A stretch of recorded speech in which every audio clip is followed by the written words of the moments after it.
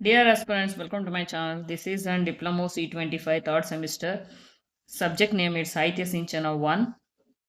Subject code is 25 KA31I. So chapter 1 ಅವಾಗ already ಒಂದು ವಿಡಿಯೋದಲ್ಲಿ ನಾನು ಎಕ್ಸ್ಪ್ಲೇನ್ ಮಾಡಿದ್ದೀನಿ. ಇದು ಅಧ್ಯಾಯ 2 ಚಾಪ್ಟರ್ 2 ಕನ್ನಡ ಸಾಹಿತ್ಯ ಸಂಕ್ಷಿಪ್ತ ಚರಿತ್ರೆ. ಸೊ MCQs ಮತ್ತು question and answer 2 marks and 5 marks questions answer ಈ ವಿಡಿಯೋದಲ್ಲಿ ನೀವು ಕಲಿತೀರಾ. ಕನ್ನಡ ಸಾಹಿತ್ಯ ಚರಿತ್ರೆಯನ್ನು ಎಷ್ಟು ವಿಭಾಗಗಳಾಗಿ ವಿಭಜಿಸಿ ಅಧ್ಯಯನ ಮಾಡಲಾಗಿದೆ? Answer 4. Option B is an answer. 10ನೇ ಶತಮಾನದವರೆಗಿನ ಕನ್ನಡ ಸಾಹಿತ್ಯ ಚರಿತ್ರೆಯ ಕಾಲಘಟ್ಟವನ್ನು ಏನೆಂದು ಕರೆಯಲಾಗಿದೆ? ಆನ್ಸರು ಹಳೆಗನ್ನಡ. ಕನ್ನಡದ ಮೊದಲ ಲಕ್ಷಣ ಗ್ರಂಥ ಯಾವುದು? Answer Kavirajamarga. Answer A will be the Kavirajamarga. Vaddaradhane ಕೃತಿಯ ಕೃತಿಕಾರ ಯಾರು?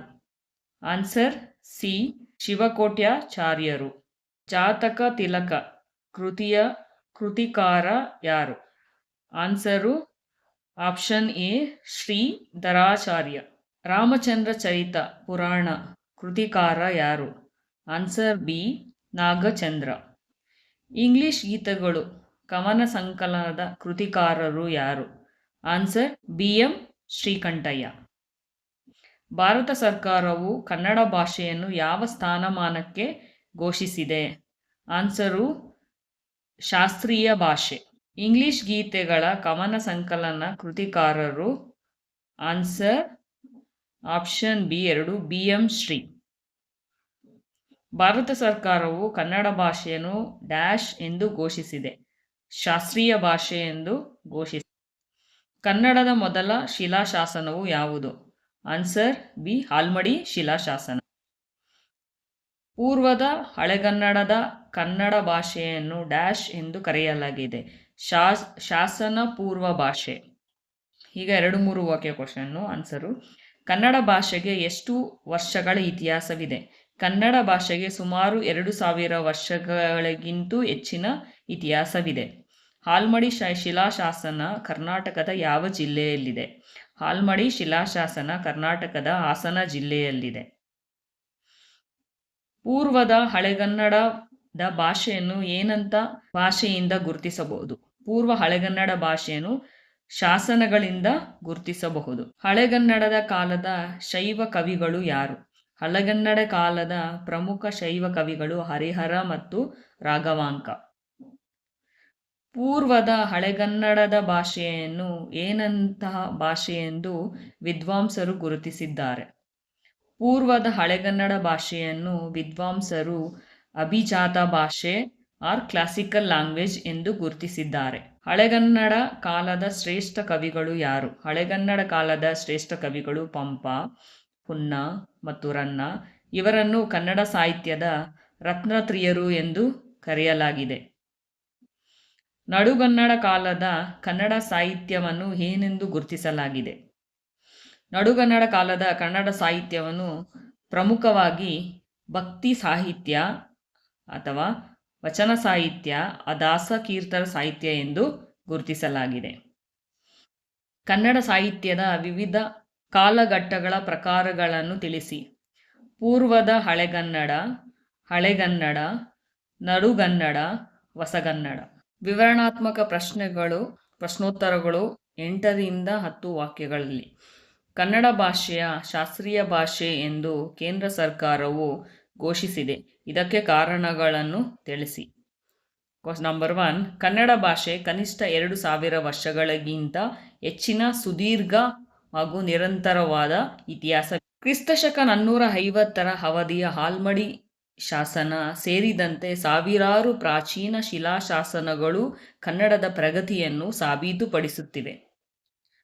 ಕ್ರಿಸ್ತಶಕ 850 ಕಾಲದ ಅಮೋಘ ವರ್ಷ ನೃಪತುಂಗನ ಕವಿರಾಜ ಮಾರ್ಗ ಗ್ರಂಥವು ಕನ್ನಡ ಸಾಹಿತ್ಯಿಕ ಶ್ರೀಮಂತಿಕೆಗೆ ಸಾಕ್ಷಿಯಾಗಿದೆ. ಕನ್ನಡ ಸಾಹಿತ್ಯವು ಬೇರೆ ಯಾವುದೇ ಭಾಷೆಯಿಂದ ಸಂಪೂರ್ಣವಾಗಿ ಎರವಲು ಪಡೆಯದೆ ತನ್ನದೇ ಆದ ಸ್ವಾತಂತ್ರ್ಯ ಪರಂಪರೆಯನ್ನು ಹೊಂದಿದೆ.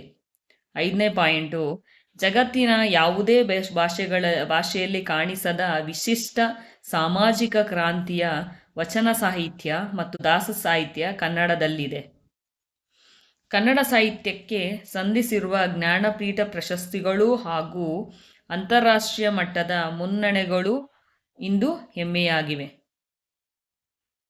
ಈ ಎಲ್ಲ ಸಾಹಿತ್ಯಿಕ, ಸಾಂಸ್ಕೃತಿಕ ಮತ್ತು ಐತಿಹಾಸಿಕ ಭದ್ರ ಬುನಾದಿಯನ್ನು ಪರಿಗಣಿಸಿ ಕೇಂದ್ರ ಸರ್ಕಾರವು 2008ರಲ್ಲಿ ಕನ್ನಡಕ್ಕೆ ಶಾಸ್ತ್ರೀಯ ಭಾಷೆ ಸ್ಥಾನಮಾನ ನೀಡಿತು. ನೆಕ್ಸ್ಟ್ ಕ್ವಶನ್, ಕನ್ನಡ ಸಾಹಿತ್ಯ ಚರಿತೆಯ ಪ್ರಮುಖ ಕಾಲಘಟ್ಟಗಳನ್ನು ಹೆಸರಿಸಿ. ಫಸ್ಟ್ ಒನ್, ಪೂರ್ವ ಹಳೆಗನ್ನಡ ಕಾಲ. ಇದು ಕ್ರಿಸ್ತಶಕ 10ನೇ ಶತಮಾನಕ್ಕಿಂತ ಮುಂಚಿನ ಅವಧಿಯಾಗಿದ್ದು ಶಾಸನಗಳ ಭಾಷೆಯಾಗಿ ಹೆಚ್ಚಾಗಿ ಬಳಕೆಯಲ್ಲಿತ್ತು. ಸೆಕೆಂಡ್ ಒನ್, ಹಳೆಗನ್ನಡ ಕಾಲ. ಕ್ರಿಸ್ತಶಕ 10ರಿಂದ 12ನೇ ಶತಮಾನದವರೆಗಿನ ಅವಧಿಯಾಗಿದ್ದು ಪಂಪ, ಪೊನ್ನ, ರನ್ನರಂತಹ ಕವಿಗಳು ಚಂಪು ಶೈಲಿಯಲ್ಲಿ ಕಾವ್ಯಗಳಿಂದ ಸಮೃದ್ಧವಾಗಿತ್ತು. ನಡುಗನ್ನಡ ಕಾಲ. ಕ್ರಿಸ್ತಶಕ 12ರಿಂದ 19ನೇ ಶತಮಾನದವರೆಗಿನ ಅವಧಿಯಾಗಿದ್ದು ಜನಸಾಮಾನ್ಯರ ಭಾಷೆಯಾದ ವಚನಗಳು, ರಗಳೆಗಳು, ಷಟ್ಪದಿ ಮತ್ತು ಕೀರ್ತನೆಗಳ ರೂಪದಲ್ಲಿ ಸಾಹಿತ್ಯ ರಚನೆಯಾಯಿತು. ಹೊಸಗನ್ನಡ ಕಾಲ. ಕ್ರಿಸ್ತಶಕ 19ನೇ ಶತಮಾನದ ನಂತರ ಆಧುನಿಕ ಅವಧಿಯಾಗಿದ್ದು ಪಾಶ್ಚಾತ್ಯ ಪ್ರಭಾವದೊಂದಿಗೆ ಕತೆ, ಕಾದಂಬರಿ, ನಾಟಕ ಹಾಗೂ ಕವಿತೆಗಳ ರೂಪದಲ್ಲಿ ಸಾಹಿತ್ಯ ಇಂದಿಗೂ ಬೆಳೆಯುತ್ತಿದೆ. ಕನ್ನಡ ಸಾಹಿತ್ಯ ಚರಿತೆಯಲ್ಲಿ ನಡುಗನ್ನಡ ಸಾಹಿತ್ಯ ಚರಿತೆಯ ಕಾಲಘಟ್ಟ ಕುರಿತು ಬರೆಯಿರಿ. ನಡುಗನ್ನಡ ಸಾಹಿತ್ಯದ ಕಾಲಘಟ್ಟವು ಪ್ರಮುಖವಾಗಿ ಕ್ರಿಸ್ತಶಕ 12ನೇ ಶತಮಾನದಿಂದ ಹಿಡಿದು ಕ್ರಿಸ್ತಶಕ 19ನೇ ಶತಮಾನದವರೆಗೂ ವಿಸ್ತರಿಸಿದೆ. ಈ ಕಾಲದಲ್ಲಿ ಸಾಹಿತ್ಯವು ಕೇವಲ ರಾಜಾಶ್ರಯ ಹಾಗೂ ಪಂಡಿತರಿಗಷ್ಟೇ ಸೀಮಿತವಾಗಿದೆ. ಸಾಮಾನ್ಯ ಜನರಿಗೂ ಅರ್ಥವಾಗುವಂತಹ ಸರಳ ಮತ್ತು ಜನಪ್ರಿಯ ಕನ್ನಡ ರೂಪವನ್ನು ಪಡೆದುಕೊಂಡಿತು. ಶಿವಶರಣರ ವಚನ ಸಾಹಿತ್ಯ, ಹರಿಹರ ರಗಳೆಗಳು, ರಾಘವಾಂಕ ಹಾಗೂ ಕುಮಾರವ್ಯಾಸರ ಷಟ್ಪದಿ ಕಾವ್ಯಗಳು, ದಾಸಕೀರ್ತನೆಗಳು ಮತ್ತು ಸರ್ವಜ್ಞ ತ್ರಿಪದಿಗಳು ಈ ಕಾಲದ ಪ್ರಮುಖ ಸಾಹಿತಿ ಪ್ರಕಾರಗಳಾಗಿವೆ. ಈ ಯುಗವು ಸಾಮಾಜಿಕ ಬದಲಾವಣೆ, ಭಕ್ತಿ ಚಳುವಳಿ ಮತ್ತು ದೇಶಿ ಛಂದಸ್ಸಿನ ಬೆಳವಣಿಗೆಗೆ ಅತ್ಯಂತ ಮಹತ್ವದ ಕೊಡುಗೆಯನ್ನು ನೀಡಿದೆ. ನೆಕ್ಸ್ಟ್ ಕ್ವಶನ್, ಪೂರ್ವ ಹಳೆಗನ್ನಡ ಸಾಹಿತ್ಯ ಚರಿತೆಯ ಕಾಲಘಟ್ಟದ ವೈಶಿಷ್ಟ್ಯತೆಗಳ ಬಗ್ಗೆ ಬರೆಯಿರಿ. ಪೂರ್ವ ಹಳೆಗನ್ನಡ ಕಾಲಘಟ್ಟವು ಕನ್ನಡ ಭಾಷೆ ಮತ್ತು ಸಾಹಿತ್ಯದ ಅತ್ಯಂತ ಪ್ರಾಚೀನ ಹಾಗೂ ಆರಂಭಿಕ ಹಂತವಾಗಿದೆ. ಕ್ರಿಸ್ತಶಕ 8ನೇ 9ನೇ ಶತಮಾನಕ್ಕಿಂತ ಮುಂಚಿನ ಕಾಲ. ಈ ಕಾಲದ ಭಾಷೆ, ಸ್ವರೂಪ ಮತ್ತು ಸಾಹಿತ್ಯಿಕ ಲಕ್ಷಣಗಳು ನಮಗೆ ಯಾವುದೇ ಸಮಗ್ರ ಗ್ರಂಥಗಳ ರೂಪದಲ್ಲಿ ಸಿಗಲಿದೆ. ಮುಖ್ಯವಾಗಿ ಶಿಲಾಶಾಸನಗಳು ಹಾಗೂ ತಾಮ್ರ ಶಾಸನಗಳಲ್ಲಿ ಲಭ್ಯವಿವೆ. ಉದಾಹರಣೆಗೆ ಕನ್ನಡ ಪ್ರಪ್ರಥಮ ಶಿಲಾಶಾಸನವಾದ ಹಾಲ್ಮಡಿ ಶಾಸನವು ಕ್ರಿಸ್ತಶಕ 450 ಮತ್ತು ತ್ರಿಪದಿ ಛಂದಸ್ಸು ಒಳಗೊಂಡ ಬಾದಾಮಿಯ ಕಪ್ಪೆ ಹರಿಭಟ ಶಾಸನ ಈ ಕಾಲದ ಪ್ರಮುಖ ಸಾಕ್ಷಿಗಳಾಗಿವೆ. ಈ ಕಾಲಘಟ್ಟದಲ್ಲಿ ಭಾಷೆಯ ಮೇಲೆ ಸಂಸ್ಕೃತಿ ಮತ್ತು ಪ್ರಾಕೃತಿ ಭಾಷೆಗಳ ಪ್ರಭಾವ ಹೆಚ್ಚಾಗಿದ್ದು ಮಹಾಪ್ರಾಣಾಕ್ಷರಗಳ ಬಳಕೆ ಮತ್ತು ಹಳೆಯ ವ್ಯಾಕರಣ ನಿಯಮಗಳು ಈ ಭಾಷೆಯ ವಿಶಿಷ್ಟ ಲಕ್ಷಣಗಳಾಗಿವೆ.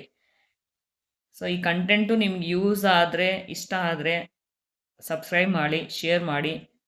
Thank you.